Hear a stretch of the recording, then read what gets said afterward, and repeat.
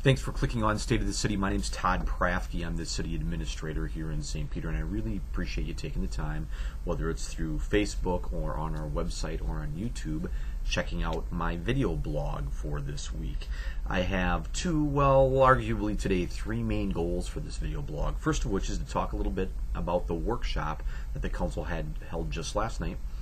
Second is to provide you some tidbits about things that are going on in town. And I have kind of a special third one, something that we've been doing some research on that's a little bit more in depth that we'll try out for you on this video blog. But we're also talking about as we visit with Rotary and Lions, and is included in the hot sheet. So watch for that, and if you want more information, please feel free to give me a call or visit with Russ Willie, the Community Development Director. So, first for the workshop, here's a copy of the agenda for the workshop.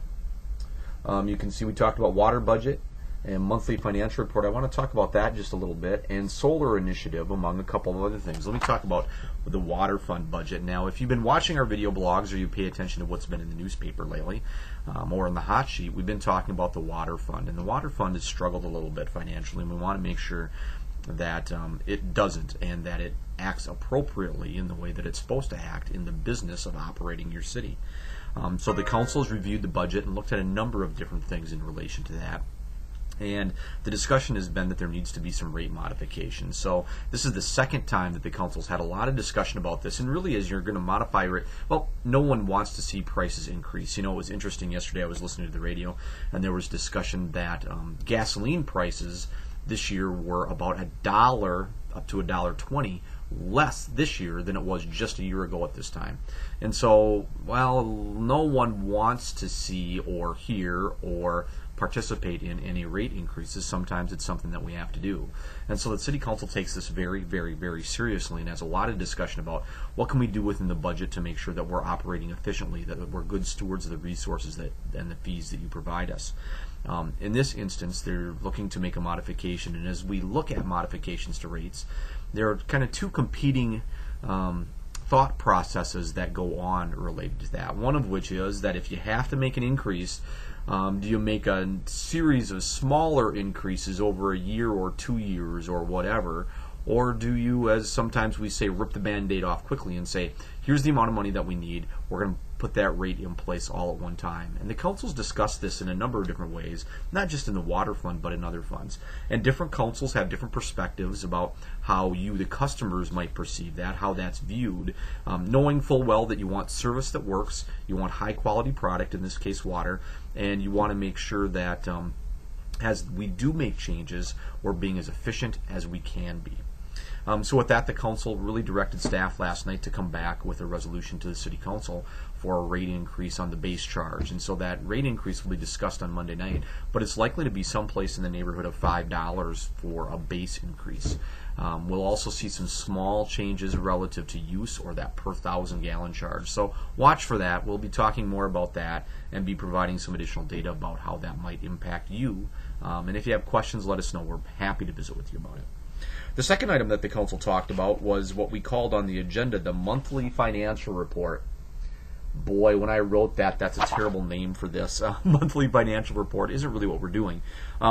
Really what we're doing is rejuvenating a process, a program that we had started a couple of years ago, and we stopped for a while, and now we're trying to get it going again. And every quarter or so, our goal is to have a workshop agenda item with the City Council and really do City Finance 101. Talk about basic things, basic understandings that everyone can have, and certainly City Council members should have, relative to finances of the city.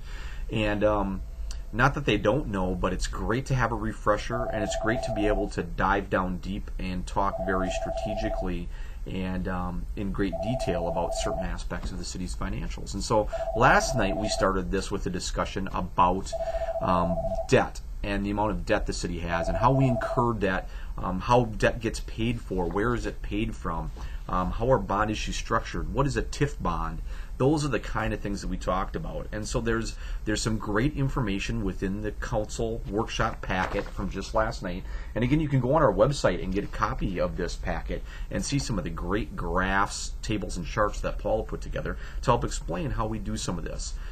Now, this is something I'm going to talk about as we go to Lions and Rotary and Kiwanis and all those kind of folks into the future, but I think it's really worthwhile for you to know that the council really thinks strategically and learns more and more all the time about how city finances work, and in this instance, how debt works within the city. I do want to put your mind at ease a little bit. One of the things that the auditors review is they're doing work for us every year, and they come back and report to the City Council. And you can see those financial reports and that audit and management report to the City Council on our website as well. They always talk about the level of debt we have relative to communities of similar size.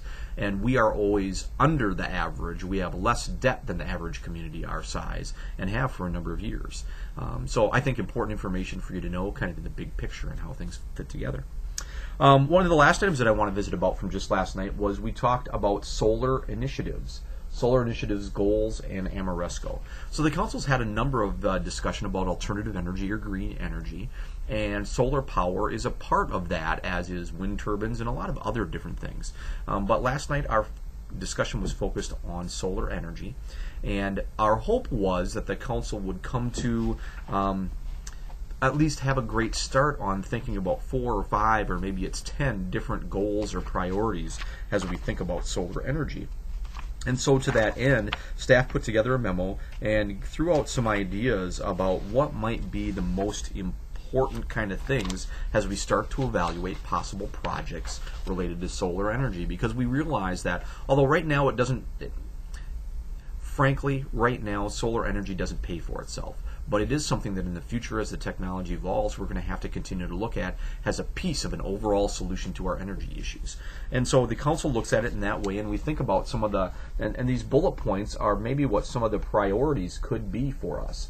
So one of the things that the council discussed is that there should be no subsidies over the long term. So in other words, this stuff has to make sense of its own. There has to be a business case for it. It has to make sense within our operations. We hope that by using solar energy or getting into some solar projects, we can reduce costs to our customers and to the city. We hope to impact the cost of our energy supply, and we want to provide opportunity for the possibility of community-based solar energy. So maybe not just that the city owns it, but individuals within our community can each own a chunk of it.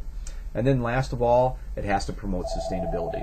And so we think this is a really great opportunity for us and a wonderful way to really start looking at specific projects, how things fit together, and how we might be able to evaluate any opportunities that come along in relation to solar energy in the future.